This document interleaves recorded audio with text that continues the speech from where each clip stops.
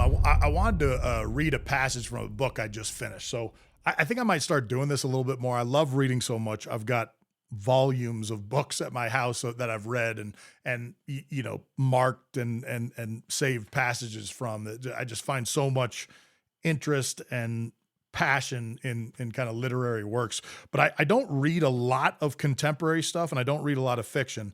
I just finished this book. I'm going to give a shout out. I would love to meet this guy. It's called The Ocean and the Stars by Mark Halperin. This book or Halperin, this book is kind of a contemporary. I mean, it says on the cover, I would have never bought this if somebody hadn't recommended this to it. It says a sea story, a war story, a love story. All that stuff I like. I don't know if I would have grabbed it off the shelf if somebody hadn't sent it to me, but somebody sent me this book. It's kind of like I said, a contemporary war story, battle story in kind of a modern war environment. Beautiful writing, great characters that I really could connect with. Of course, it's a Navy story and a Navy officer, but people asked me when we made the movie a few years back that I participated in called Act of Valor.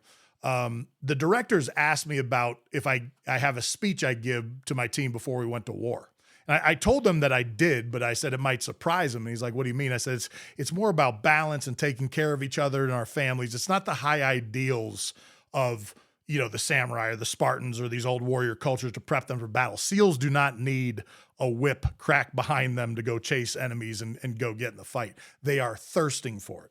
But I do think in terms of in maybe a more conventional force, a fighting force that isn't as designed to go into the heat of true battle and pursue that you would give a speech that would kind of fire them up for why we do what we do and how we're going to go do it. And so the protagonist in this book, this captain, gives a speech to the crew of his ship that he's about to take towards the Persian Gulf.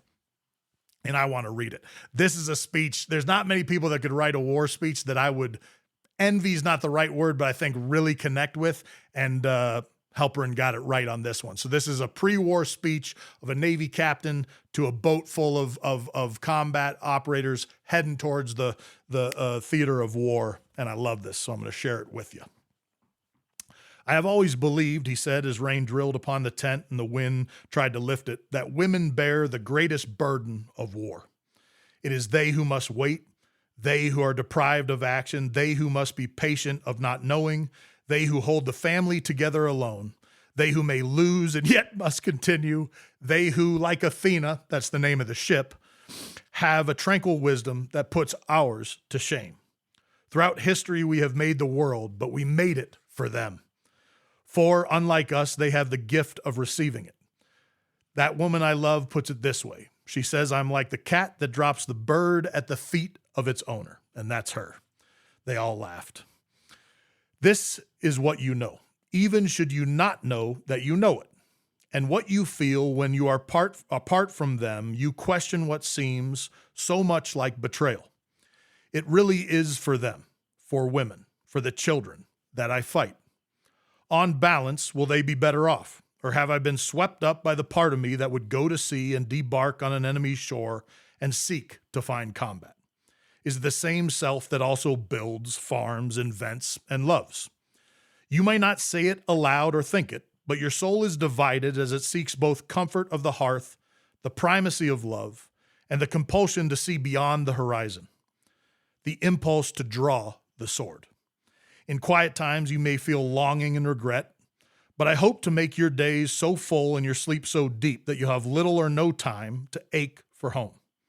If you stow your love in the deepest, safest place you can find, you'll keep it alive.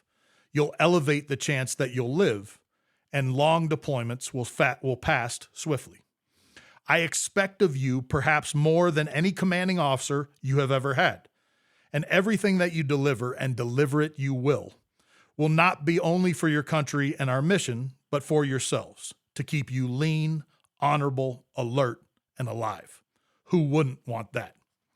You'll leave the part of yourselves behind, and as the coast recedes and the ship powers ahead without cease in every kind of sea, you'll exit the present and enter that timeless realm which binds together all men at war from every age. I love it. Though it's neither glorious nor always terrible, in it you'll be awake for life. What you feel, what you apprehend, the visions that will appear, the fusing of past and present, the transformations of your soul into that of the universal soldier, whom you will come to know. For you are he, and he is you, will mystify and remain for the rest of your life. You won't be able to explain what happened to you, and you won't dare say what you suspect. But here, in this lashing rain, with the sea we are about to cross lapping at the wharf as if to call us away, I'll say it for you. You have been to another world, a world in which presence and prospect of death gives life an intensity and an illumination you'll never again see. Be grateful for what is to come, and fight as you have never fought before. Live and prevail. Whew. That right there is a pre-war speech. If you run a team, if you run your family, if you run a Cub Scout troop or some group of young folks, and there's something big that's going to take place, dig in and find a way to deliver something like that to them. Those are the things that stick with a person. I've given these speeches, I've been to war, and they got it right in this one. Ever onward.